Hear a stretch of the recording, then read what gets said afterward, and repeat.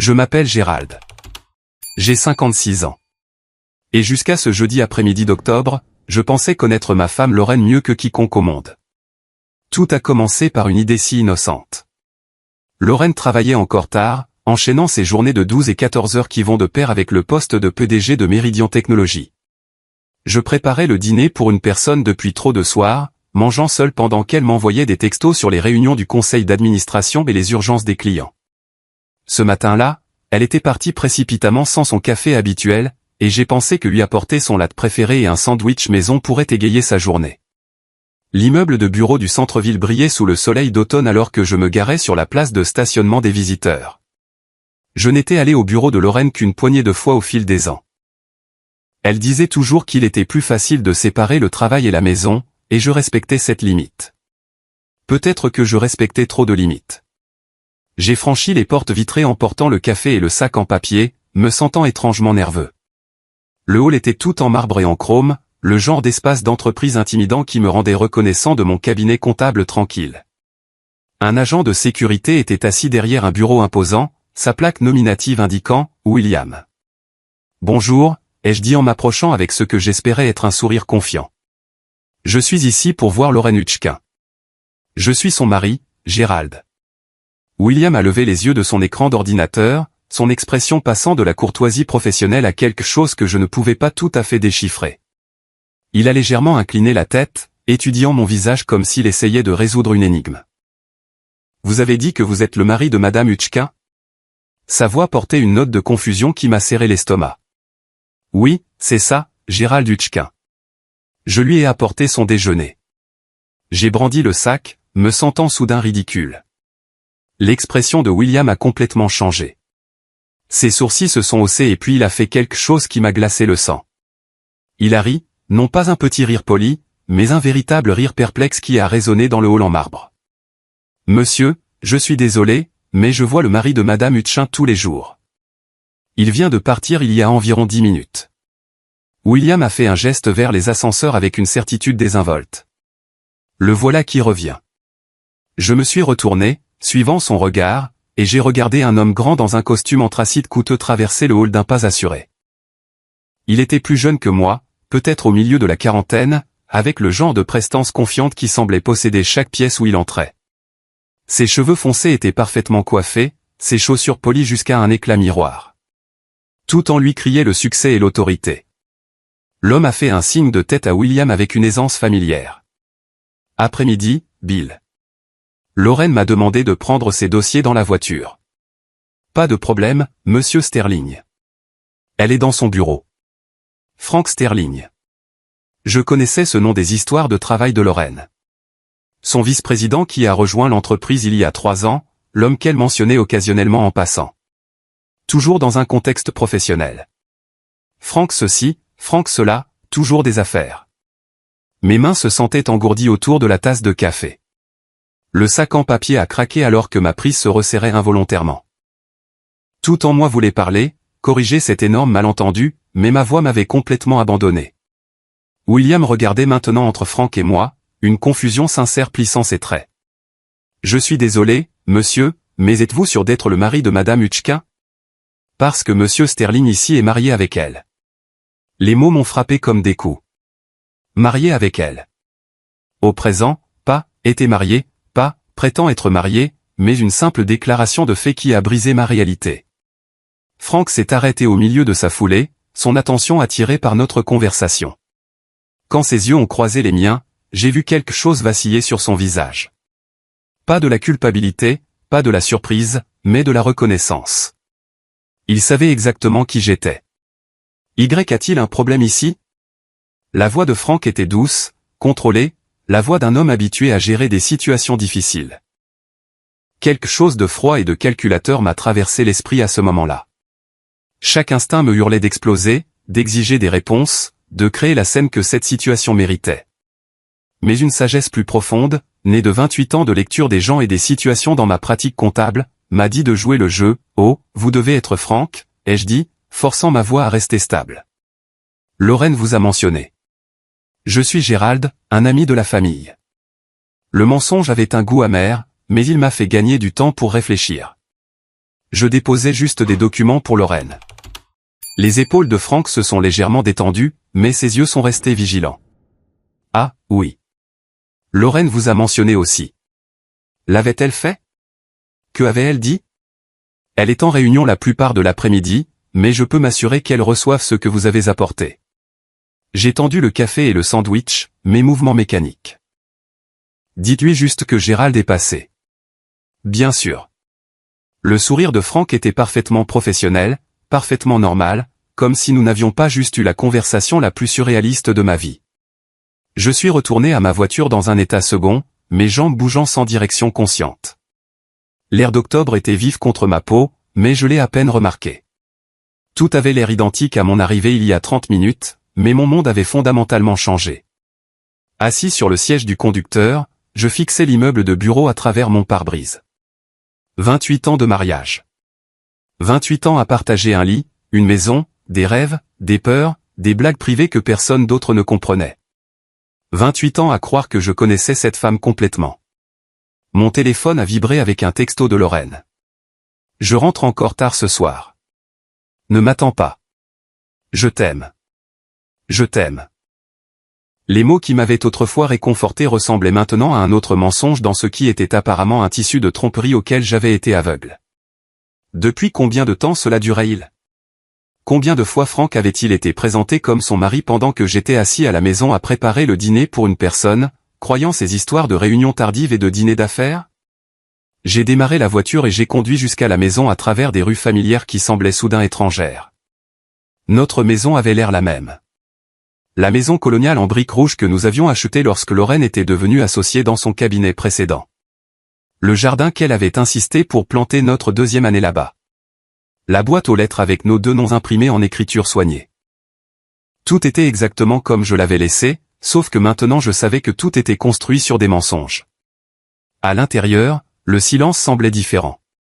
Ce n'était pas le calme confortable d'une maison attendant le retour de ses occupants. C'était le vide creux d'un décor de théâtre, une façade soigneusement construite. J'ai traversé des pièces remplies de nos souvenirs communs, des photos de vacances, des photos de mariage, le bol en céramique que Lorraine avait fabriqué dans ce cours de poterie qu'elle avait suivi il y a 5 ans. Est-ce que tout cela avait été réel?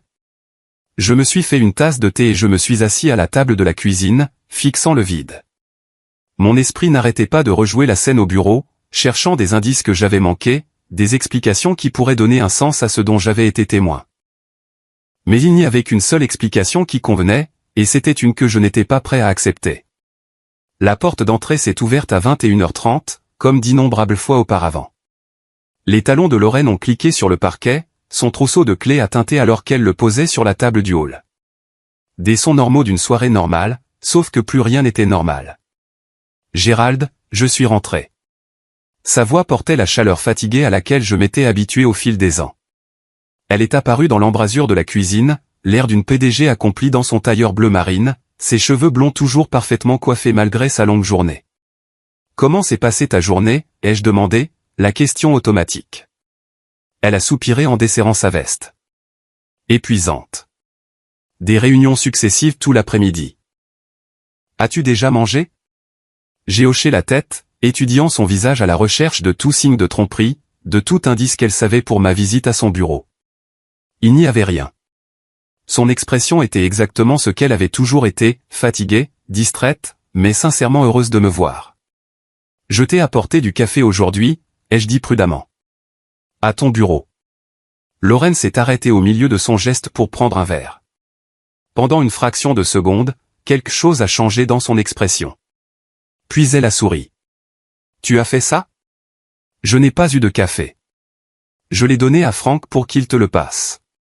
Une autre pause, si brève que j'aurais pu l'imaginer. Oh, Franck a mentionné que quelqu'un était passé.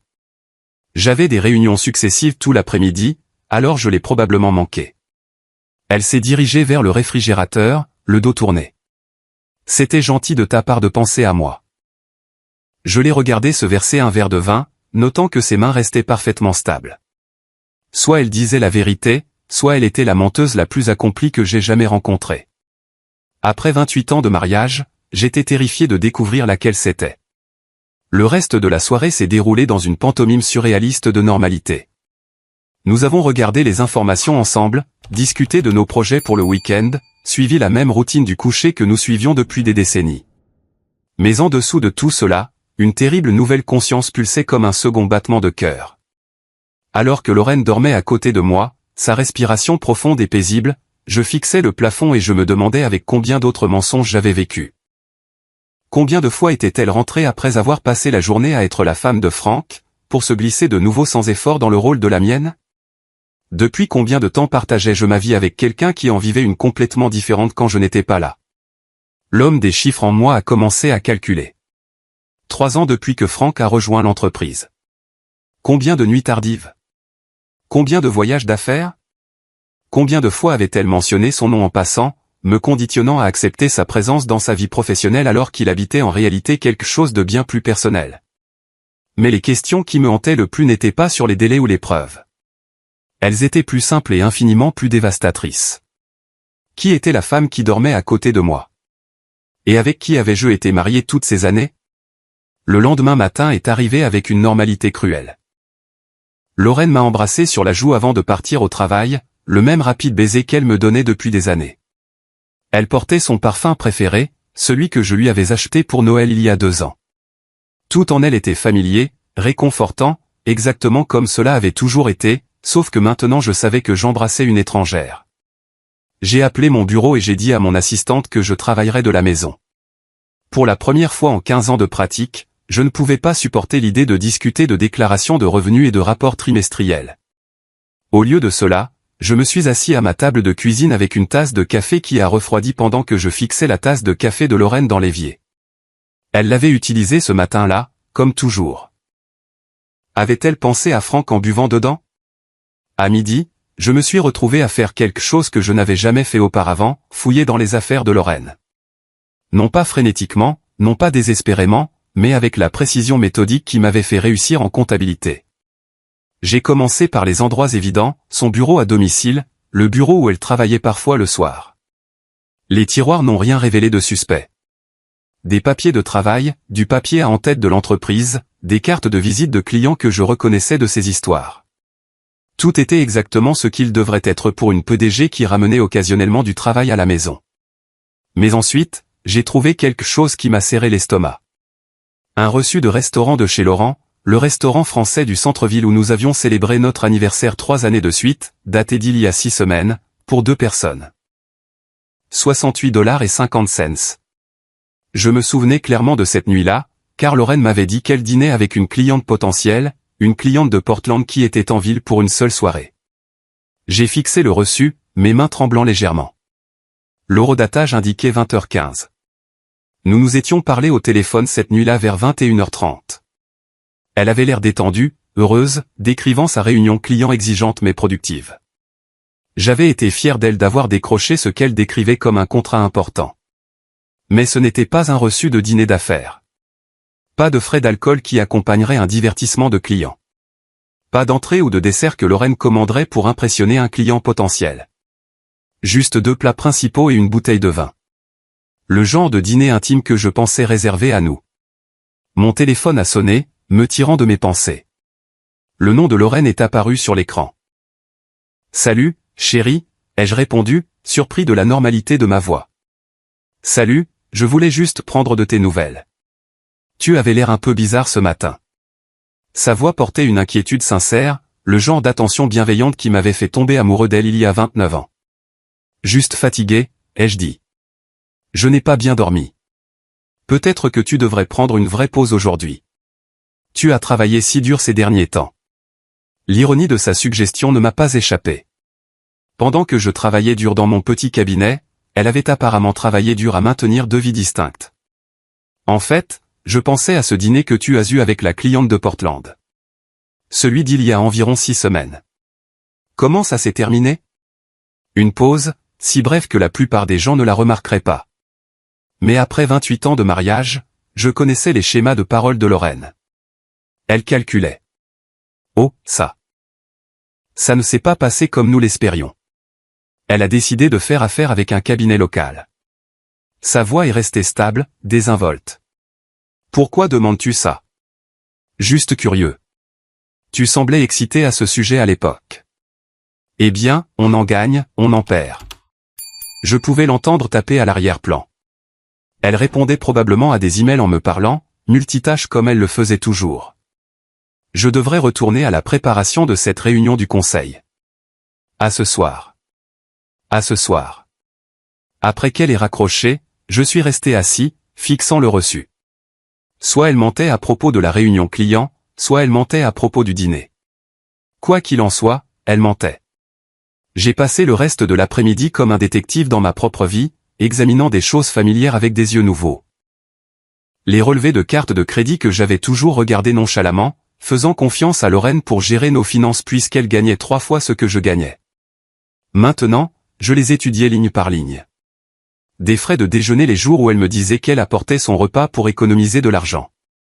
Des achats dans des stations-service de quartier de l'autre côté de la ville, loin de ses itinéraires habituels. Un achat de 37,12 $ chez Barnes & Noble un mardi après-midi alors qu'elle était censée être en réunions successives. Lorraine n'avait pas acheté de livres de loisirs depuis des années, prétendant qu'elle était trop fatiguée après le travail pour se concentrer sur autre chose que des magazines spécialisés. Mais la découverte la plus accablante est venue de son ordinateur portable. Elle l'avait laissé ouvert sur le comptoir de la cuisine, quelque chose qu'elle faisait plus fréquemment depuis 1 an. Je me suis dit que je le fermais juste pour économiser la batterie, mais mes yeux ont attrapé une bulle de notification dans le coin de l'écran. Frank Sterling lui avait envoyé une invitation de calendrier. Je n'aurais pas dû cliquer dessus. Je savais que je franchissais une ligne, que je violais sa vie privée d'une manière qui m'aurait horrifié 24 heures plus tôt. Mais 24 heures plus tôt, je croyais que ma femme était fidèle. L'invitation du calendrier était pour un dîner. Ce soir, 19 h, à Bellacourt, le restaurant italien qui était devenu notre restaurant pour les occasions spéciales, l'endroit où je l'avais demandé en mariage il y a 29 ans. La réservation était au nom de Frank. Ma poitrine s'est sentie oppressée alors que je parcourais d'autres entrées de calendrier. Des déjeuners avec Frank qui n'étaient pas étiquetés comme professionnels. Des rendez-vous chez le médecin que Lorraine ne m'avait jamais mentionné. Une retraite spa de week-end il y a 3 mois qu'elle m'avait dit être une conférence pour femmes cadres. Mais les entrées qui m'ont rendu physiquement nauséeux étaient les récurrentes. Café avec F, tous les mardis matins à 8 h.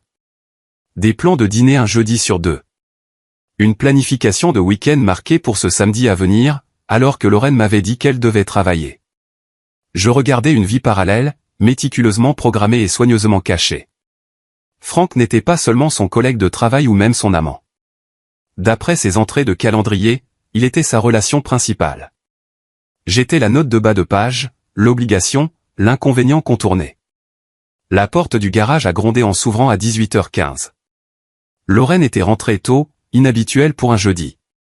J'ai rapidement fermé l'ordinateur portable, mon cœur battant la chamade alors que j'entendais ses talons sur le carrelage de la cuisine. « Tu es rentrée tôt », ai-je dit, espérant que ma voix sonnait normale. Elle était magnifique, ai-je réalisé avec une vive douleur. Elle avait rafraîchi son maquillage. Ses cheveux étaient parfaitement coiffés, et elle portait la robe noire que je lui avais achetée pour son anniversaire l'année dernière, la robe qu'elle avait dit être trop chic pour un usage quotidien. J'ai réussi à finir plus tôt pour une fois. Elle est passée devant moi jusqu'au réfrigérateur, son parfum flottant derrière elle. Je pensais qu'on pourrait peut-être dîner dehors ce soir. Ça fait une éternité qu'on n'a rien fait de spontané. Le mensonge était si lisse, si parfaitement livré que j'ai failli le croire moi-même. Si je n'avais pas vu l'invitation du calendrier, j'aurais été ravi de sa suggestion. Je me serais précipité pour me changer, reconnaissant de cette attention inattendue de ma femme prospère et occupée. « Où pensais-tu aller » ai-je demandé. « Oh, je ne sais pas. Peut-être ce nouveau restaurant de sushi sur la 5e rue, où on pourrait essayer quelque chose de complètement différent. » Elle consultait son téléphone en parlant, ses doigts se déplaçant rapidement sur l'écran. Je l'ai regardée taper, me demandant si elle envoyait un texto à Frank. Annulait-elle leur dîner, le reportait-elle? Ou est-ce que cela faisait partie d'un jeu élaboré que je ne pouvais même pas commencer à comprendre? En fait, dit-elle en levant les yeux de son téléphone avec une déception apparente, je viens de me souvenir que j'ai cette conférence téléphonique avec le bureau de Tokyo. Ça m'était complètement sorti de l'esprit. Elle secoua la tête d'un air contrit. Partie remise. Bien sûr. Les mots sont sortis automatiquement, mais à l'intérieur, quelque chose de froid et de dur se cristallisait. À quelle heure est ton appel? 19h30, ça pourrait durer jusqu'à 21 ou 22h. Tu sais comment sont ces choses internationales. Elle se dirigeait déjà vers les escaliers, vers notre chambre où elle gardait ses vêtements de travail. Je prendrai probablement quelque chose de rapide sur le chemin du retour au bureau. J'ai hoché la tête, jouant mon rôle dans cette tromperie élaborée. Je me ferai quelque chose ici. Elle s'est arrêtée au bas des escaliers, me regardant avec ce qui semblait être une affection sincère. Tu es si compréhensif, Gérald. Je ne sais pas ce que je ferais sans toi. Les mots qui auraient dû me réchauffer le cœur ressemblaient plutôt à des pics à glace. Combien de fois avait-elle dit des variations de cela en se préparant à passer la soirée avec un autre homme? Combien de fois avais-je souri et lui avais dit au revoir en l'embrassant, l'envoyant sans le savoir à sa vraie vie? Je l'ai regardé monter les escaliers, écoutant ses mouvements dans notre chambre. Elle se changeait, quittant la robe noire, probablement pour quelque chose de plus professionnel pour sa conférence téléphonique. Ou peut-être pour quelque chose de complètement différent pour son dîner avec Franck. 20 minutes plus tard, elle est redescendue vêtue d'un chemisier bleu marine et d'un pantalon foncé, professionnel mais séduisant. Son maquillage était parfait, ses cheveux retouchés. Elle ressemblait à une femme se préparant pour une soirée importante, pas à quelqu'un s'installant pour une longue conférence téléphonique. J'essaierai de ne pas être trop tard, dit-elle en m'embrassant sur la joue, au même endroit qu'elle avait embrassé ce matin, mais maintenant cela ressemblait à une trahison au lieu d'une intimité. Prends ton temps. Je vais probablement me coucher tôt de toute façon. Elle a rassemblé son sac à main, sa sacoche d'ordinateur, ses clés. La même routine que j'avais regardée des milliers de fois. Mais maintenant, je savais que je regardais une actrice se préparant à quitter une performance pour une autre. La maison semblait différente après son départ. Pas vide, mais hantée. Chaque objet familier semblait se moquer de moi avec son faux réconfort. Les photos de mariage sur la cheminée, les souvenirs de vacances sur l'étagère, la table basse que nous avions choisie ensemble il y a 10 ans lorsque nous avions redécoré le salon. Tout cela était réel, mais rien ne signifiait ce que j'avais cru. Je me suis fait un sandwich et je me suis assis devant la télévision, mais je ne pouvais me concentrer sur rien. Mon esprit tournait en rond, revenant aux mêmes questions impossibles. Depuis combien de temps cela durait-il? Comment avais-je pu manquer les signes pendant si longtemps? Et le plus dévastateur de tous, notre mariage entier avait-il été un mensonge, ou quelque chose avait-il changé en cours de route? À 20h30, je me suis retrouvé à passer devant Bellacourt. Je me suis dit que j'allais juste à l'épicerie, que cette route était parfaitement normale. Mais quand j'ai vu la BMW argentée de Lorraine sur le parking du restaurant, garée à côté d'une Mercedes sombre que j'ai supposé appartenir à Franck, le dernier fil d'espoir auquel je m'accrochais s'est rompu. Ils étaient là-dedans en ce moment même, partageant le même genre de dîner intime que je pensais exclusif à notre mariage. Lui disait-il qu'il l'aimait? Riait-elle de ses blagues comme elle riait des miennes autrefois? Planifiait-il un avenir qui ne m'incluait pas? Je suis rentré chez moi dans un état second, le poids de ma nouvelle réalité s'installant autour de moi comme un lourd manteau. Ma femme depuis 28 ans vivait une double vie si complète, si parfaitement intégrée que j'y avais été complètement aveugle. La femme que je pensais connaître mieux que quiconque était une étrangère. Le mariage que je croyais solide n'était apparemment que l'histoire de couverture de sa vraie relation. Mais la prise de conscience la plus bouleversante était peut-être celle-ci, je n'avais aucune idée depuis combien de temps je vivais ce mensonge, et je n'avais aucune idée de ce qu'il fallait faire. La révélation est venue 3 jours plus tard, de la manière la plus banale qui soit. Je nettoyais le tiroir à bric-à-brac de la cuisine, quelque chose que je faisais tous les trimestres pour garder notre maison organisée, quand mes doigts se sont refermés sur une clé que je ne reconnaissais pas. Elle était en laiton, usée et lisse sur les bords, attachée à un porte-clés des appartements Harbor View de l'autre côté de la ville. Je l'ai fixée un long moment, mon esprit essayant de comprendre ce que je voyais. Nous étions propriétaires de notre maison, sans hypothèque, depuis 8 ans. Aucun de nous n'avait de raison d'avoir une clé d'appartement, encore moins une d'un complexe à 30 minutes de notre quartier. Cet après-midi-là, pendant que Lorraine était à ce qu'elle avait appelé une présentation client, je me suis rendu aux appartements Harbor View. Le complexe était agréable, haut de gamme mais pas ostentatoire, le genre d'endroit où des professionnels prospères pourraient garder une résidence secondaire discrète. Je suis resté assis dans ma voiture sur le parking des visiteurs, fixant la clé dans ma paume et me demandant si je voulais vraiment savoir quelle porte elle ouvrait. La réponse est venue quand j'ai vu la Mercedes de Franck se garer dans un espace numéroté. Je l'ai regardé sortir, portant un sac d'épicerie et ce qui ressemblait à un nettoyage à sec. Il se déplaçait avec la familiarité aisée de quelqu'un qui rentre chez lui, pas de quelqu'un qui rend visite. Quand il a disparu dans le bâtiment C, j'ai attendu exactement 10 minutes avant de le suivre. La clé s'est parfaitement insérée dans la serrure de l'appartement 214. La porte s'est ouverte sur une vie que je n'avais jamais soupçonnée. Ce n'était pas une cachette temporaire ou un lieu de rencontre secret.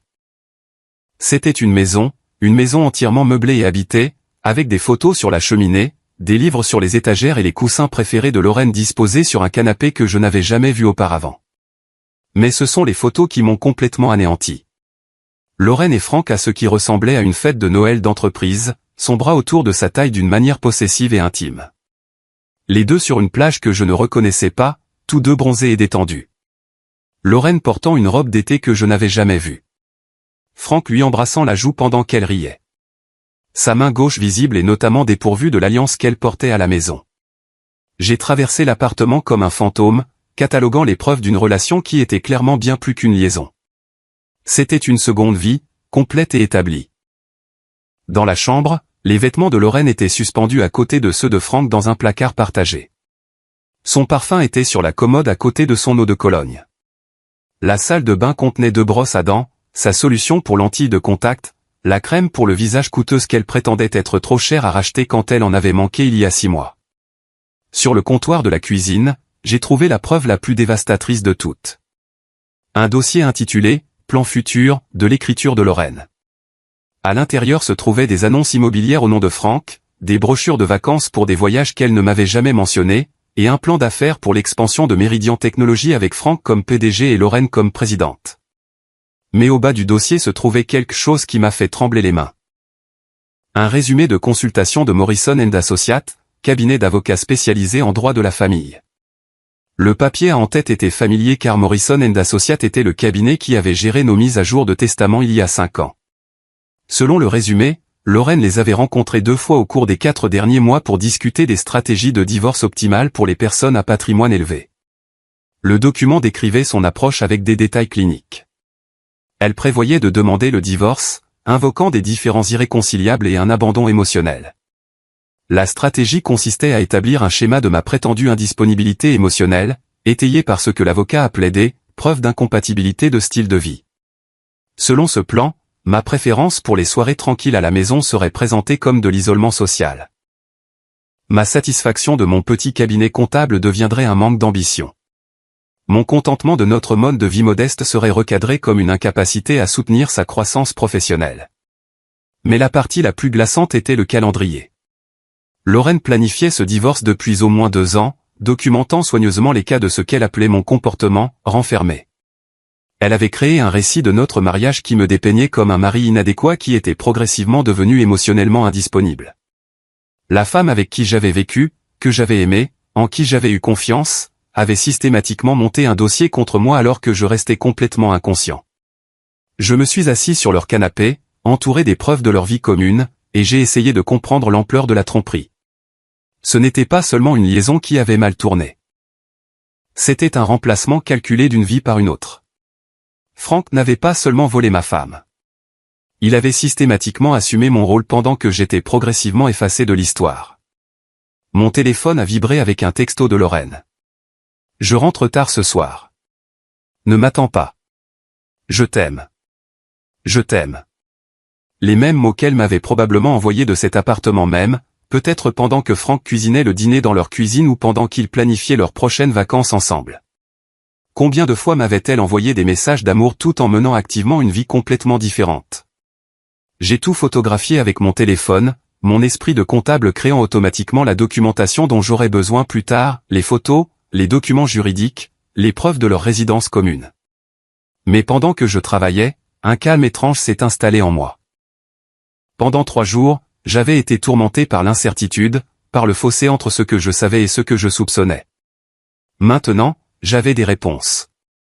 Et bien qu'elles soient dévastatrices, elles étaient aussi clarifiantes. Lorraine n'avait pas seulement eu une liaison. Elle avait mené un plan élaboré à long terme pour passer d'une vie à l'autre, avec moi comme personnage secondaire involontaire de mon propre remplacement. La femme avec qui j'étais marié depuis 28 ans avait passé les dernières années à m'effacer méthodiquement de son avenir tout en maintenant la façade de notre mariage. En rentrant chez moi, j'ai de nouveau trouvé l'ordinateur portable de Lorraine ouvert sur le comptoir de la cuisine. Cette fois, je n'ai pas hésité. J'ai ouvert ses emails et j'ai trouvé une correspondance qui confirmait tout ce que j'avais découvert à l'appartement. Des messages entre Lorraine et Franck discutant du moment où faire la transition, des communications avec son avocat sur la préparation de Gérald aux changements inévitables, et même des emails à nos amis communs, les préparant subtilement à ce qu'elle appelait des décisions difficiles que je devrais prendre concernant mon mariage. Un email à sa sœur, Sarah, daté d'accent grave peine 2 semaines, était particulièrement dévastateur. Gérald est si distant ces derniers temps. Je pense qu'il traverse une sorte de crise de la quarantaine, mais il ne veut pas en parler. J'essaie d'être patiente, mais je ne peux pas sacrifier mon propre bonheur indéfiniment. Franck pense que je devrais envisager toutes mes options. En lisant cela, j'ai réalisé que Lorraine n'avait pas seulement mené une double vie. Elle avait activement réécrit l'histoire de notre mariage pour justifier sa sortie planifiée. Chaque soirée tranquille que j'avais passée à lire pendant qu'elle travaillait sur son ordinateur portable, chaque fois que je l'avais encouragée à poursuivre ses ambitions professionnelles même si cela signifiait moins de temps ensemble, chaque instance de mon soutien plutôt que de mon exigence avait été transformée en preuve de mon inadéquation en tant que mari. La partie la plus cruelle était de reconnaître comment elle avait manipulé mes propres réponses pour étayer son récit. Quand elle avait commencé à travailler plus tard et à voyager davantage, j'avais été compréhensif. Quand elle avait semblé stressée et distante, je lui avais donné de l'espace. Quand elle avait suggéré que nous avions besoin d'une meilleure communication, j'avais accepté une thérapie de couple, ne réalisant jamais que je lui fournissais du matériel à utiliser contre moi plus tard. Cette nuit-là, Lorraine est rentrée vers 23 heures, s'excusant pour sa soirée tardive avec un divertissement client. Elle m'a embrassé sur la joue et m'a demandé comment s'était passée ma journée, la même routine que nous suivions depuis des années. Mais maintenant, je pouvais le voir pour ce que c'était, une performance conçue pour maintenir le statu quo jusqu'à ce qu'elle soit prête à exécuter sa stratégie de sortie. Comment s'est passé le dîner client, ai-je demandé, testant sa réaction. Productif, je pense. Nous essayons de décrocher ce gros contrat, et parfois ces choses nécessitent un peu plus de relation. Elle se déplaçait dans la cuisine avec une aisance étudiée, se préparant une tasse de thé. Franck était là aussi, bien sûr, puisqu'il gérera le compte si nous l'obtenons. Franck était là aussi. Bien sûr qu'il l'était. Je me suis demandé s'ils avaient ri de cette conversation plus tard dans leur appartement commun en planifiant leur avenir commun. C'est bien, ai-je dit. Toi et Franck travaillez bien ensemble. Lorraine s'est arrêtée, la tasse à mi-chemin de ses lèvres. Oui. Il comprend vraiment le côté commercial des choses. Il y avait quelque chose dans sa voix, une chaleur qu'elle réservait autrefois pour parler de moi. Il a été essentiel dans certaines de nos plus grandes victoires récemment. J'ai hoché la tête, jouant mon rôle dans cette mascarade élaborée. Mais à l'intérieur, je calculais. Combien de temps avais-je avant qu'elle ne demande le divorce ? Combien de preuves supplémentaires avait-elle besoin de rassembler pour étayer sa stratégie ? Combien de fois encore lui souhaiterais-je bonne nuit en l'embrassant alors qu'elle planifiait mon remplacement ? Allongé dans mon lit cette nuit-là, écoutant la respiration paisible de Lorraine à côté de moi, j'ai réalisé que la femme avec qui j'étais marié depuis 28 ans avait essentiellement disparu. À sa place se trouvait quelqu'un qui pouvait maintenir ce niveau de tromperie avec une facilité apparente, quelqu'un qui pouvait planifier ma destruction émotionnelle et financière tout en acceptant mon amour et mon soutien. Mais la prise de conscience la plus dévastatrice de toutes était peut-être que j'avais vécu avec une étrangère pendant des mois, voire des années, sans jamais le soupçonner. La Lorraine que je pensais connaître, la femme autour de laquelle j'avais construit ma vie, avait été progressivement remplacée par quelqu'un capable de ce niveau de trahison calculé. La question n'était plus de savoir si mon mariage était terminé. La question était de savoir s'il avait jamais vraiment existé. J'ai choisi le samedi matin pour la confrontation. Lorraine était dans notre cuisine, vêtue de la robe de chambre jaune pâle que je lui avais achetée 3 Noëls auparavant, sirotant un café de sa tasse préférée tout en faisant défiler son téléphone. C'était le genre de scène domestique paisible qui m'avait autrefois comblé de contentement. Maintenant, cela ressemblait à regarder une performance à laquelle je ne pouvais plus prétendre croire. « Il faut qu'on parle », ai-je dit, posant le dossier de preuves sur la table de la cuisine entre nous. Lorraine a levé les yeux de son téléphone, son expression passant d'une attention désinvolte à une conscience aiguë en voyant les documents. Sa tasse de café s'est arrêtée à mi-chemin de ses lèvres, et pendant un instant, j'ai vu quelque chose vaciller sur son visage qui aurait pu être du soulagement. « De quoi s'agit-il » a-t-elle demandé, mais sa voix manquait de la confusion qu'elle aurait dû porter. Elle savait exactement de quoi il s'agissait. « Je suis allé à ton appartement hier, celui de Harborview. » Je me suis assis en face d'elle, notant comment ses épaules se sont redressées, comment sa respiration est devenue plus contrôlée. J'ai utilisé la clé de notre tiroir à bric-à-brac. Lorraine a posé sa tasse avec une précision délibérée. Quand elle m'a regardé de nouveau, le masque était tombé. La femme aimante, la partenaire concernée, la femme qui s'excusait pour les nuits tardives et les longues réunions avait disparu. À sa place se trouvait quelqu'un que je reconnaissais à peine, quelqu'un dont les yeux contenaient une froideur que je n'avais jamais vue auparavant. Je vois. Sa voix était calme, pragmatique. « Qu'est-ce que tu sais ?» La question m'a frappé comme un coup physique. Pas de déni, pas de confusion, même pas de colère. Juste une enquête pratique sur l'étendue de ma découverte. Comme si nous discutions d'un problème commercial à gérer. Tout, ai-je dit.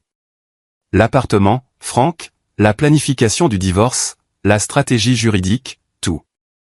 Lorraine a hoché la tête lentement, ses doigts tambourinant contre la table à un rythme que je reconnaissais de ses réunions de conseil. Elle calculait, traitait, décidait comment gérer ce développement inattendu dans son plan soigneusement orchestré. « Depuis quand le sais-tu » a-t-elle demandé.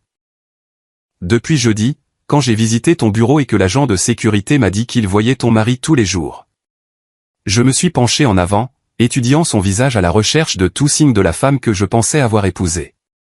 Il parlait de Franck. Quelque chose qui aurait pu être de l'amusement a traversé les traits de Lorraine. Pauvre William. Il a toujours été un peu trop bavard. Elle a de nouveau pris son café, ses mouvements lents. Je suppose que cela complique les choses. Complique les choses ? Je pouvais entendre ma voix monter malgré mes efforts pour rester calme. Lorraine, nous sommes mariés depuis 28 ans. Tu as vécu avec un autre homme, planifié de divorcer de moi, et tout ce que tu peux dire, c'est que cela complique les choses ? Elle a soupiré, un son de légère irritation plutôt que de détresse. Gérald, ne soyons pas dramatiques. Nous savons tous les deux que ce mariage est terminé depuis des années. Nous le savons tous les deux ? Je l'ai regardé, cherchant toute trace de la femme qui m'avait embrassé au revoir tous les matins, qui avait dit qu'elle m'aimait il y a à peine 3 jours. Je ne savais rien. Je pensais que nous étions heureux. Le rire de Lorraine fut bref et totalement dépourvu d'humour. Heureux ?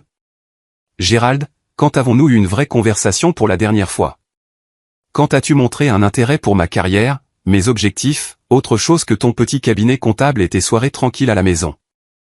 J'ai toujours soutenu ta carrière. J'ai toujours été fier de ce que tu as accompli. Tu as été passif, a-t-elle corrigé, sa voix prenant le ton tranchant que je lui avais entendu utiliser avec des employés peu performants. Tu t'es contenté de me laisser porter le fardeau financier, les obligations sociales, la responsabilité de construire réellement une vie digne d'être vécue. Tu as été parfaitement heureux de te laisser porter par ta petite routine confortable pendant que je grandissais, que je changeais, que je devenais quelqu'un qui a besoin de plus que ce que tu as jamais été disposé à offrir. Chaque mot était comme une fléchette soigneusement visée, frappant des cibles dont je ne savais même pas qu'elles étaient vulnérables. Si tu ressentais ça, pourquoi ne m'as-tu pas parlé ? Pourquoi ne m'as-tu pas dit ce dont tu avais besoin ? J'ai essayé, Gérald. Dieu sait que j'ai essayé. Mais chaque fois que j'ai évoqué de voyager davantage, d'agrandir ton cabinet, de déménager dans un meilleur quartier, tu as trouvé des excuses. Tu étais toujours parfaitement satisfait de ce que nous avions exactement, peu importe à quel point j'avais évolué. J'ai pensé à nos conversations au fil des ans, essayant de me souvenir de ces tentatives de communication qu'elle décrivait. Il y avait eu des discussions sur les voyages que j'avais prises pour de simples rêveries, des suggestions de déménagement que j'avais supposé n'être que des spéculations oiseuses, des commentaires sur mon cabinet que j'avais interprétés comme de légères taquineries plutôt que des critiques sérieuses. Alors, tu as décidé de me remplacer au lieu de travailler avec moi. L'expression de Lorraine s'est légèrement adoucie, mais pas avec affection. C'était le genre de patience douce qu'elle pourrait montrer à un élève lent. Je n'ai pas cherché à te remplacer. J'ai rencontré Franck il y a 3 ans quand il a rejoint l'entreprise. Il était tout ce que tu n'es pas, ambitieux, dynamique, intéressé à construire quelque chose de plus grand que lui-même. Au début, ce n'était que du respect professionnel. Puis c'est devenu de l'amitié. Puis c'est devenu plus. Quand? La question est sortie comme un murmure. Quand? Quoi? Quand est-ce que c'est devenu plus? Elle y a réfléchi, inclinant la tête comme si elle essayait de se souvenir des détails d'une transaction commerciale. Il y a environ 2 ans. Franck venait de conclure son premier gros contrat avec nous. Nous sommes sortis pour fêter ça, et nous avons fini par parler jusqu'à 3 heures du matin de nos rêves, de nos plans, du genre de vie que nous voulions construire. C'était la conversation la plus stimulante que j'ai eue depuis des années. Tu es rentré à la maison cette nuit-là. Je me souviens, tu as dit que le dîner client avait duré tard. C'était le cas, d'une certaine manière. La voix de Lorraine était pragmatique, comme si elle décrivait quelque chose qui était arrivé à quelqu'un d'autre. C'est là que j'ai réalisé ce qui me manquait. Franck écoute quand je parle d'étendre l'entreprise à l'international. Il s'enthousiasme pour les mêmes opportunités qui m'enthousiasment. Il veut construire un empire, pas seulement maintenir une existence confortable. Et cela justifiait de me mentir pendant 2 ans? Pour la première fois, Lorraine a montré une lueur d'émotion réelle. Mais ce n'était ni de la culpabilité ni de la tristesse. C'était de l'irritation. Je ne mentais pas, Gérald. Je te protégeais d'une réalité que tu n'étais pas prêt à affronter. Notre mariage était déjà terminé. Tu ne voulais juste pas le voir. Notre mariage était terminé parce que tu as décidé qu'il était terminé, parce que tu as trouvé quelqu'un qui correspondait mieux à tes ambitions que moi. Notre mariage était terminé parce que tu as arrêté de grandir. Lorraine s'est levée, se dirigeant vers la fenêtre avec la grâce fluide qui m'avait d'abord attiré chez elle il y a près de 30 ans. J'espérais que tu développerais une passion pour quelque chose, n'importe quoi, au-delà de ta routine. Mais tu ne l'as jamais fait. Tu es resté le même homme à 56 ans que tu étais à 36, et je ne suis pas la même femme. J'ai fixé son profil contre la lumière du matin, reconnaissant la vérité dans ses paroles, même si elles me dévastaient. J'avais été satisfait de notre vie d'une manière qu'elle ne l'avait apparemment jamais été. J'avais trouvé l'épanouissement dans nos soirées tranquilles, nos modestes succès, notre routine stable.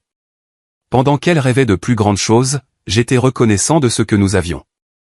Alors, toi et Franck avez prévu de vous débarrasser de moi. Lorraine s'est retournée vers moi, son expression professionnelle.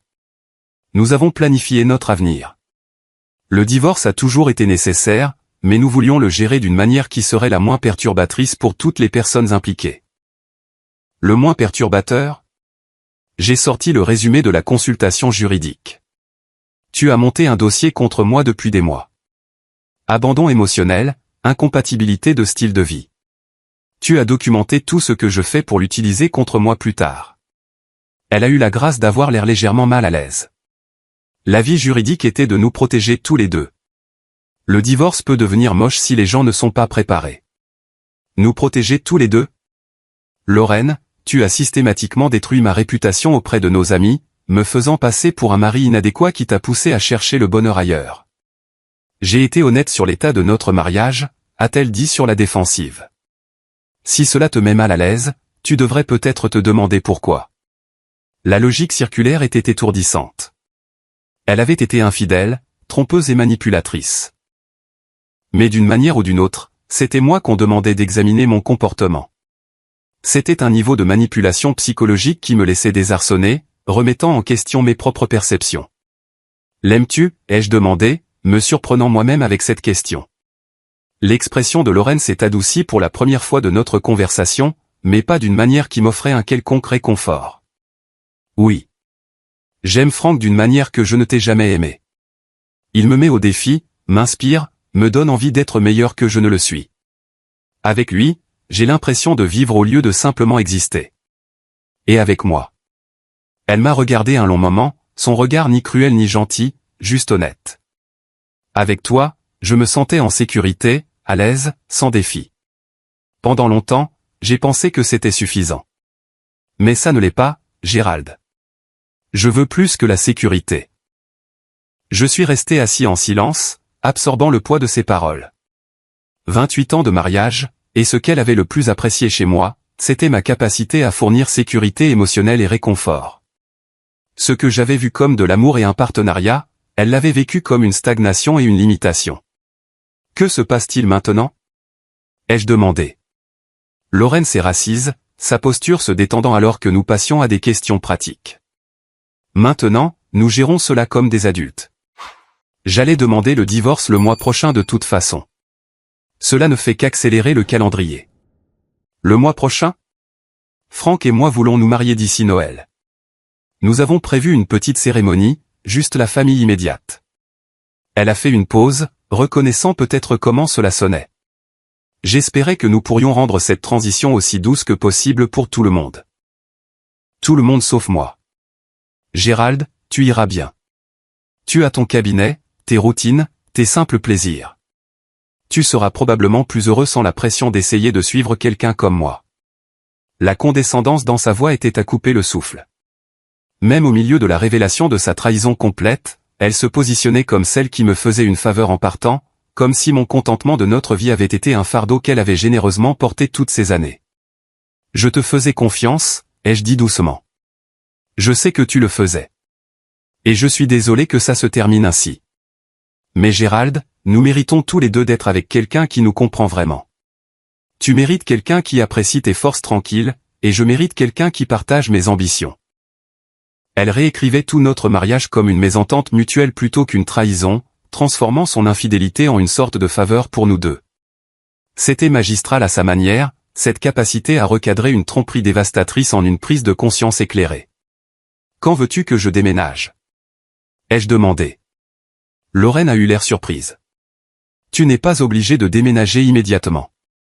Nous pouvons régler les détails par l'intermédiaire de nos avocats. Je ne suis pas sans cœur, Gérald. Pas sans cœur, juste calculatrice, manipulatrice et capable de maintenir une tromperie élaborée pendant des années tout en planifiant mon remplacement. Mais pas sans cœur.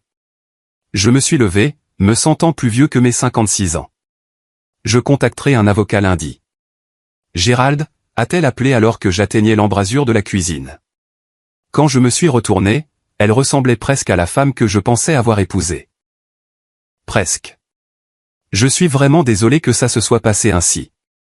Je n'ai jamais voulu te faire de mal. J'ai étudié son visage, cherchant tout signe qu'elle comprenait l'ampleur de ce qu'elle avait fait. Mais il n'y avait qu'un léger regret, le genre de tristesse polie que quelqu'un pourrait ressentir à propos d'une décision commerciale qui a malheureusement affecté d'autres personnes. Non, ai-je dit doucement. Tu voulais juste me remplacer. La douleur n'était qu'un dommage collatéral. Alors que je montais dans notre chambre, j'entendais Lorraine au téléphone. Sa voix était animée d'une manière qu'elle ne l'avait pas été pendant notre conversation. Elle appelait Franck, ai-je réalisé, lui disant que le secret était éventé, qu'il pouvait accélérer leur calendrier, que le mari gênant avait finalement été traité. Je me suis assis sur le bord de notre lit, entouré des restes d'une vie que j'avais cru réelle. La femme en bas n'était pas la personne que j'avais épousée, ou peut-être l'était-elle, et je ne l'avais tout simplement jamais vue clairement. Quoi qu'il en soit, le Gérald qui s'était réveillé ce matin en croyant en son mariage avait disparu, tout comme la Lorraine qu'il avait autrefois aimée. Demain, je commencerai le processus de démêlage de 28 ans de vie commune. Mais ce soir, je devais pleurer non seulement mon mariage, mais aussi l'homme que j'étais quand j'y croyais encore. Lundi matin, j'étais assis en face de David Morrison, le même avocat qui avait géré nos testaments il y a 5 ans. L'ironie ne m'a pas échappé que Lorraine ait consulté son cabinet pour divorcer de moi alors que je cherchais maintenant son aide pour me protéger de ses plans. Gérald, je dois vous dire que c'est l'une des stratégies de divorce les plus calculées que j'ai vues en 30 ans de pratique, a déclaré David, examinant les documents que je lui avais apportés. Votre femme a préparé ce dossier depuis très longtemps.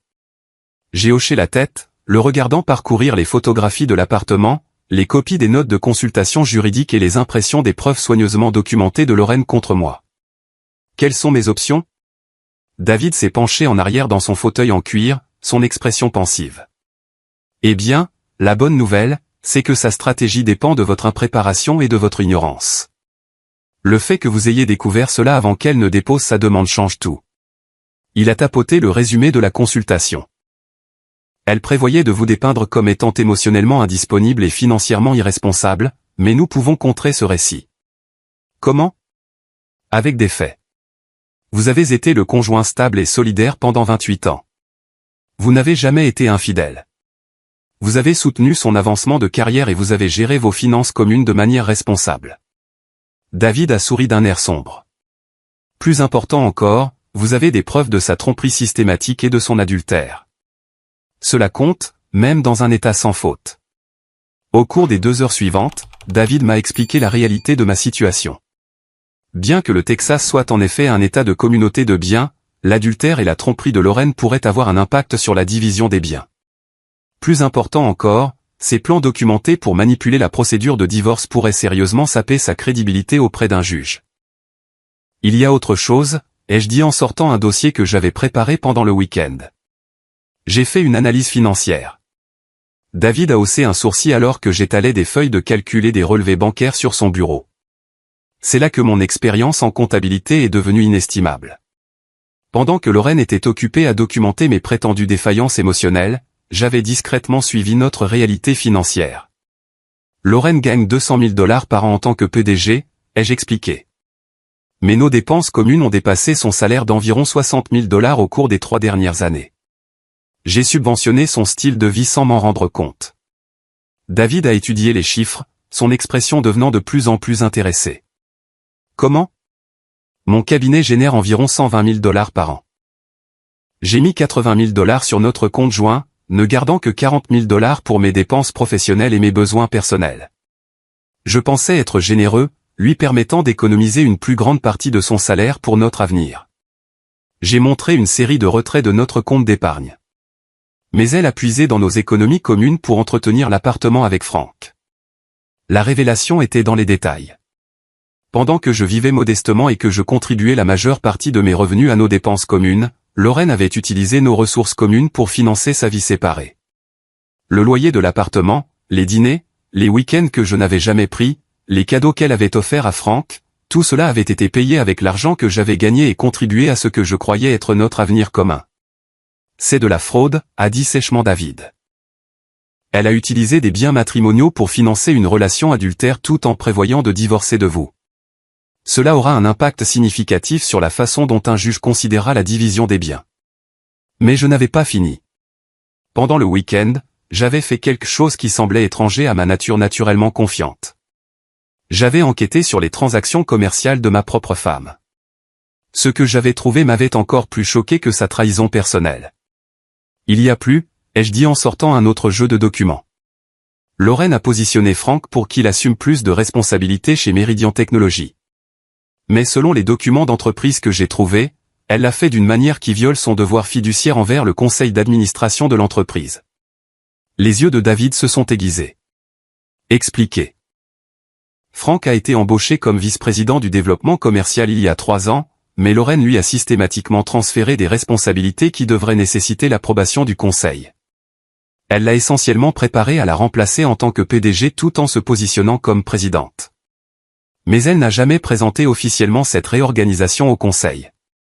J'avais passé des heures à examiner des documents d'entreprise accessibles au public, à les croiser avec le plan d'affaires que j'avais trouvé dans leur appartement. La vision de Lorraine et Franck pour l'avenir de l'entreprise impliquait des changements structurels importants qui nécessiteraient l'approbation des actionnaires, mais selon les registres officiels, ces changements n'avaient jamais été correctement présentés ni votés. Elle a agi en supposant qu'elle pouvait unilatéralement restructurer l'entreprise au profit de sa relation avec Franck, ai-je poursuivi. Mais le conseil ne connaît pas leur relation personnelle, et ils ne connaissent certainement pas la réorganisation de l'entreprise qu'elle a mise en œuvre sans leur approbation. David prenait des notes rapidement. Maintenant, Gérald, il ne s'agit plus seulement de votre divorce. Si ce que vous dites est exact, Lorraine pourrait faire face à de graves conséquences professionnelles. Cette pensée ne me procurait aucun plaisir. J'avais aimé cette femme pendant 28 ans, et je ne prenais aucune joie à découvrir des preuves qui pourraient détruire sa carrière. Mais je ne pouvais pas non plus ignorer la réalité qu'elle avait systématiquement trahi non seulement moi, mais aussi ses obligations professionnelles. Que recommandez-vous, ai-je demandé. Nous déposons la demande en premier, a dit David sans hésitation. Nous prenons les devants sur son récit et nous présentons les faits avant qu'elle ne puisse les déformer. Plus important encore, nous nous assurons que le conseil d'administration de Meridian Technologies comprenne ce qui s'est passé sous leur nez. Cet après-midi-là, j'ai fait quelque chose qui allait à l'encontre de tous les instincts que j'avais développés au cours de nos 28 ans de mariage. J'ai cessé de protéger Lorraine des conséquences de ses actes. J'ai appelé Richard Hay, le président du conseil d'administration de Meridian. Richard et moi nous étions rencontrés plusieurs fois lors de réceptions d'entreprise au fil des ans, et j'avais toujours apprécié son approche directe des affaires. Gérald, que puis-je faire pour vous? La voix de Richard était chaleureuse, sans méfiance. Richard, je dois porter à votre attention quelque chose concernant des problèmes de gouvernance d'entreprise chez Meridian. C'est compliqué, mais je pense que le conseil doit être au courant de certains changements structurels qui n'ont peut-être pas été correctement autorisés. Il y a eu une pause. Quel genre de changement structurel? J'ai passé les 20 minutes suivantes à exposer soigneusement ce que j'avais découvert, en m'en tenant aux faits et en évitant les détails personnels sur mon mariage. Richard a écouté sans interruption, ses questions devenant plus pointues à mesure que je décrivais la réorganisation non autorisée qui avait eu lieu. Mon Dieu, Gérald, êtes-vous en train de dire que Lorraine a mis en œuvre des changements majeurs dans l'entreprise sans l'approbation du conseil? Je dis que, sur la base des documents que j'ai vus, il semble y avoir un décalage important entre ce qui s'est passé sur le plan opérationnel et ce qui a été rapporté au conseil. Et vous me rapportez cela parce que... J'ai pris une profonde inspiration. Parce que je crois en l'intégrité de l'entreprise et parce que le conseil a le droit de savoir ce qui est fait en son nom. Après avoir raccroché, je suis resté assis dans mon bureau, ressentant un étrange mélange de satisfaction et de tristesse. Pendant des années, j'avais été le mari solidaire qui réparait les dégâts de Lorraine, lissait ses raccourcis éthiques occasionnels et fournissait la base stable qui lui permettait de prendre des risques professionnels. Maintenant, j'étais celui qui créait des conséquences qu'elle devrait affronter. Ce soir-là, Lorraine est rentrée plus tard que d'habitude. Son visage était tendu par le stress, son attitude habituellement calme fissurée sur les bords. « Il faut qu'on parle », dit-elle en posant sa mallette avec plus de force que nécessaire. « De quoi ?» ? De l'appel que Richard m'a passé cet après-midi. De l'examen de la gouvernance d'entreprise que le conseil a soudainement décidé de mener. Ses yeux étaient durs, calculateurs. Du fait que mon propre mari essaie apparemment de détruire ma carrière. J'ai soutenu son regard fermement. J'ai partagé des informations factuelles sur une réorganisation d'entreprise qui semblait manquer d'autorisation appropriée, rien de plus. Ne joue pas à l'innocent avec moi, Gérald. Tu savais exactement ce que tu faisais. Oui, je le savais. De la même manière que tu savais exactement ce que tu faisais quand tu as passé 2 ans à planifier mon remplacement. Le sang-froid de Lorraine a finalement craqué. C'est différent, et tu le sais. Cela affecte ma réputation professionnelle, ma capacité à gagner ma vie. Ta liaison avec Franck affecte cela aussi. Le conseil finira par découvrir que tu as restructuré l'entreprise au profit de ta relation personnelle. Je leur ai juste donné une longueur d'avance. Elle m'a fixé un long moment, et je pouvais la voir réévaluer tout ce qu'elle pensait savoir de moi. Le mari passif et solidaire qui n'avait jamais contesté ses décisions avait disparu. À sa place se trouvait quelqu'un qui comprenait la valeur de l'information et n'avait pas peur de l'utiliser. « Que veux-tu » a-t-elle finalement demandé. « Je veux que tu arrêtes de me traiter comme si j'étais stupide, ai-je dit. Je veux que tu reconnaisses que tes actions ont des conséquences au-delà de ton bonheur personnel, et je veux que tu comprennes que je ne vais pas disparaître tranquillement juste parce que ce serait pratique pour ton nouveau plan de vie. » Lorraine s'est assise en face de moi, sa posture défensive. L'examen du conseil passera. Il n'y a rien d'illégal dans une restructuration opérationnelle. Peut-être pas illégale, mais une restructuration non autorisée qui profite à votre partenaire amoureux, ce sera plus difficile à expliquer, surtout quand le conseil réalisera que vous n'avez jamais divulgué votre relation avec Franck. Je pouvais la voir réfléchir aux implications, son esprit vif calculant les coûts politiques et professionnels de ses choix. Pour la première fois depuis que j'avais découvert sa trahison, Lorraine avait l'air sincèrement inquiète. « Qu'est-ce qu'il faudra pour que tout ça disparaisse » a-t-elle demandé. « Ça ne disparaîtra pas, Lorraine. Tu as mis cela en branle quand tu as décidé de mener une double vie. Maintenant, nous devons tous faire face aux conséquences. Tu détruis tout ce pour quoi j'ai travaillé. » J'ai secoué la tête. Tu l'as détruit toi-même. Je refuse simplement de t'aider à le couvrir plus longtemps. Cette nuit-là, alors que Lorraine passait des appels téléphoniques derrière des portes closes et que je pouvais entendre le stress dans sa voix, j'ai réalisé que quelque chose de fondamental avait changé. Pendant 28 ans, j'avais été celui qui s'adaptait, qui accommodait, qui faisait de la place pour ses ambitions et ses choix. Maintenant, pour la première fois, c'était elle qui devait s'adapter à des conséquences qu'elle ne pouvait pas contrôler. Ce n'était pas de la vengeance, exactement. C'était quelque chose de plus calme, mais de plus puissant, le simple refus de continuer à permettre à quelqu'un qui m'avait systématiquement trahi. Lorraine avait construit sa nouvelle vie en supposant que je resterais passif, prévisible, gérable. Elle était sur le point de découvrir à quel point cette supposition était fausse. Le lendemain matin, j'ai demandé le divorce, mais plus important encore, j'ai cessé d'être l'homme qui rendait la vie de Lorraine plus facile au détriment de sa propre dignité. Après 56 ans à croire que l'amour signifiait une accommodation sans fin, j'apprenais enfin que parfois, l'amour signifie savoir quand s'arrêter. 6 mois plus tard, je me tenais dans la cuisine de mon nouvel appartement, préparant un café pour une personne, et trouvant une paix sincère dans la simplicité de ce geste. Le soleil du matin entrait à flot par les fenêtres que j'avais choisies, dans un espace qui était entièrement le mien, libéré du poids de la tromperie et de la fausse harmonie qui avait défini ma vie pendant si longtemps. Le divorce avait été prononcé il y a 3 semaines. Malgré les menaces et les manipulations initiales de Lorraine, les preuves que j'avais rassemblées avaient changé toute la dynamique de notre accord.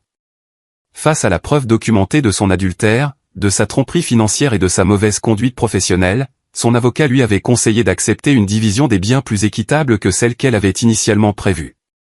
J'ai gardé la maison, celle que nous avions partagée pendant 20 ans, mais que j'avais en grande partie payée avec mes contributions à nos dépenses communes.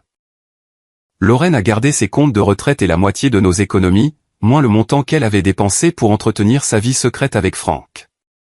C'était juste, d'une manière que sa stratégie de divorce initiale n'aurait jamais été. Mais la vraie satisfaction n'est pas venue de l'accord financier, mais de voir Lorraine faire face aux conséquences de choix qu'elle pensait pouvoir faire sans rendre de compte. L'examen de la gouvernance d'entreprise chez Meridian Technologies avait été approfondi et dévastateur. Bien que le conseil n'ait rien trouvé de pénalement répréhensible, ils ont découvert un schéma de prise de décision non autorisé et de conflit d'intérêts non divulgué qui avait sérieusement sapé la crédibilité de Lorraine en tant que dirigeante. Franck avait été licencié immédiatement une fois que sa relation avec Lorraine a été connue du conseil. Sa position de vice-président dépendait de son jugement professionnel non compromis par des intérêts personnels, et son implication amoureuse avec la PDG représentait un conflit d'intérêts irréconciliable. Lorraine avait réussi à garder son emploi, mais de justesse. Elle avait été mise à l'épreuve, son pouvoir de décision avait été considérablement restreint, et elle devait rendre des comptes à un directeur des opérations nouvellement nommé qui supervisait essentiellement chacun de ses mouvements. La femme qui avait bâti son identité sur le pouvoir et l'autonomie professionnelle travaillait maintenant sous une surveillance plus étroite qu'elle n'en avait connue depuis son premier emploi en entreprise il y a 20 ans. Leur appartement à Harbor View avait été abandonné discrètement. Franck était retourné à Denver, prenant un poste dans une plus petite entreprise pour un salaire considérablement inférieur à ce qu'il gagnait chez Meridian.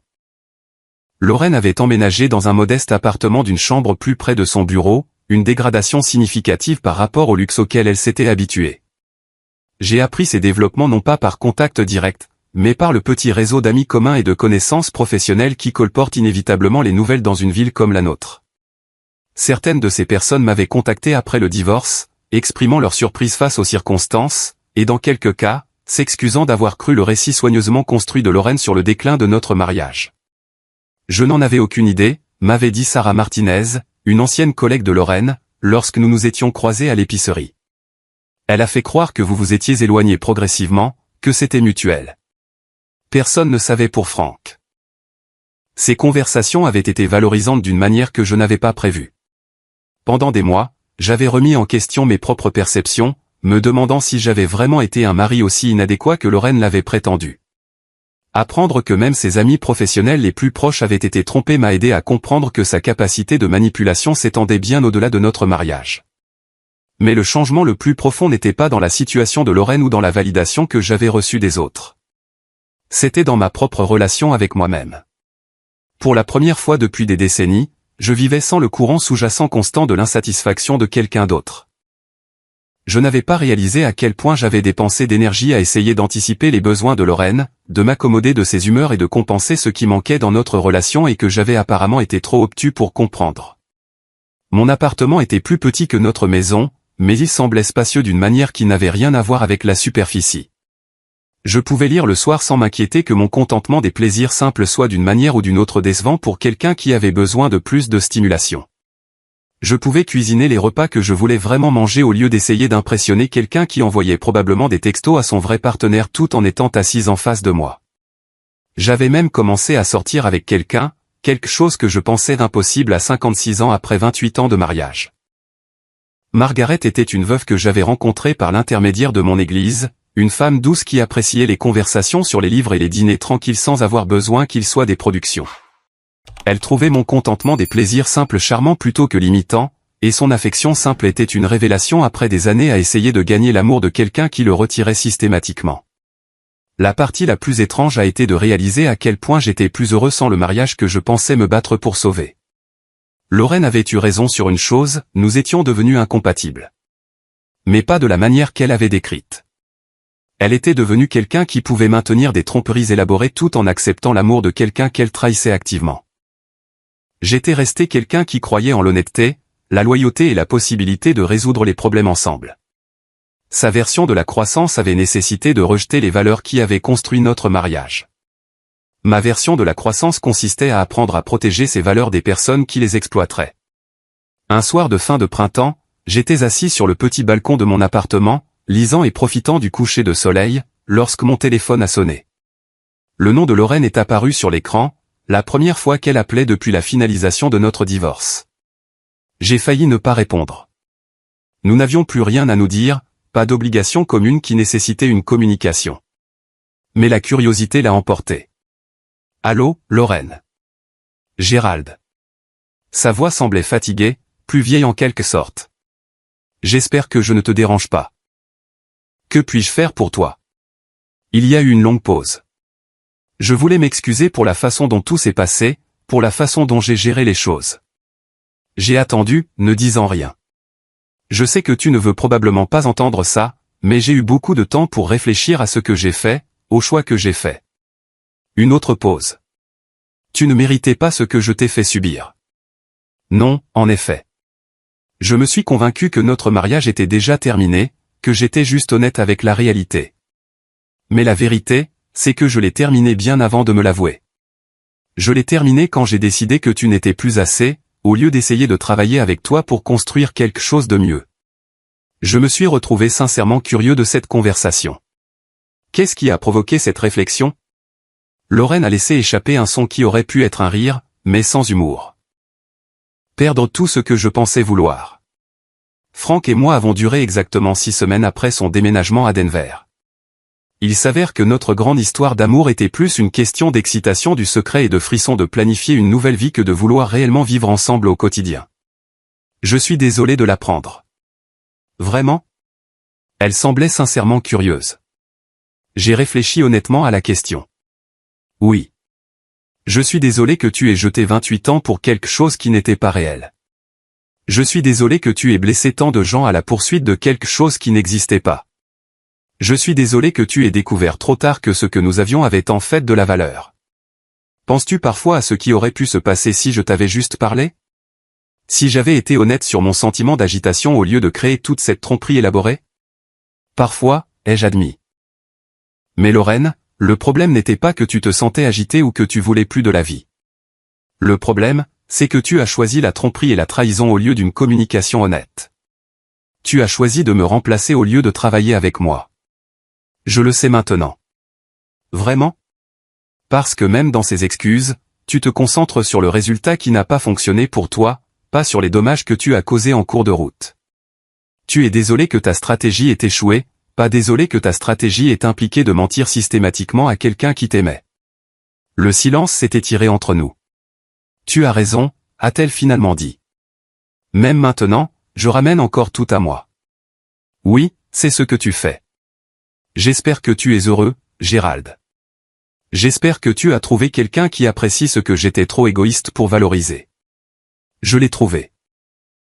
Elle s'appelle Margaret, et elle est tout ce que tu n'as jamais été, honnête, gentille et capable d'aimer sans manipulation. Bien. Tu le mérites. Après qu'elle ait raccroché, je suis resté assis sur mon balcon alors que le soleil finissait de se coucher, pensant à l'étrange voyage qui m'avait mené à cette soirée paisible. Il y a 1 an, je vivais un mensonge sans le savoir, marié à quelqu'un qui planifiait systématiquement mon remplacement tout en acceptant mon amour et mon soutien. Maintenant, j'étais seul mais pas solitaire, recommençant à zéro mais pas à partir de rien. J'avais appris que le contentement n'était pas un défaut de caractère et que ma capacité de loyauté et de confiance, bien qu'elle m'ait rendu vulnérable à l'exploitation, était aussi ce qui me rendait capable d'une véritable intimité avec quelqu'un qui partageait ses valeurs. Lorraine avait vu ma satisfaction de notre vie tranquille comme une preuve de mes limites. Margaret la voyait comme une preuve de ma capacité à trouver de la joie dans une connexion authentique plutôt que d'avoir besoin d'une validation externe constante. La différence n'était pas dans ce que j'offrais, mais dans qui le recevait. En me préparant pour la nuit, j'ai réfléchi à quelque chose qui aurait surpris le Gérald d'il y a un an. J'étais reconnaissant de la trahison de Lorraine. Non pas parce que j'avais apprécié la douleur de la découverte ou la difficulté du divorce, mais parce qu'elle m'avait libéré d'une relation qui tuait lentement mon esprit. Pendant des années, j'avais essayé d'être assez pour quelqu'un qui avait décidé que je ne l'étais pas. J'avais accepté l'amour comme un cadeau conditionnel qui pouvait être retiré si je ne répondais pas à des normes évolutives que je n'étais jamais autorisé à comprendre. J'avais vécu dans la peur de décevoir quelqu'un qui planifiait déjà mon remplacement. Maintenant, je vivais avec quelqu'un qui m'aimait, non pas malgré mon contentement des plaisirs simples, mais à cause de cela. Quelqu'un qui voyait ma loyauté comme un cadeau plutôt qu'une attente, mon honnêteté comme un trésor plutôt qu'un fardeau. À 56 ans, j'avais appris que parfois, la meilleure chose qui puisse vous arriver est de perdre quelque chose que vous pensiez ne pas pouvoir vivre sans. Parfois, la liberté se déguise en perte. Et parfois, la chose la plus aimante que vous puissiez faire est de cesser de permettre à quelqu'un qui vous a systématiquement trahi. Lorraine avait eu raison sur une chose, nous méritions tous les deux d'être avec quelqu'un qui nous comprenait vraiment. Elle méritait quelqu'un capable du même niveau de tromperie et de manipulation qu'elle, et je méritais quelqu'un dont l'amour ne venait pas avec des conditions, des dates d'expiration et des stratégies de sortie. En éteignant les lumières de mon petit appartement honnête, j'ai réalisé que pour la première fois depuis des années, j'étais exactement là où je devais être.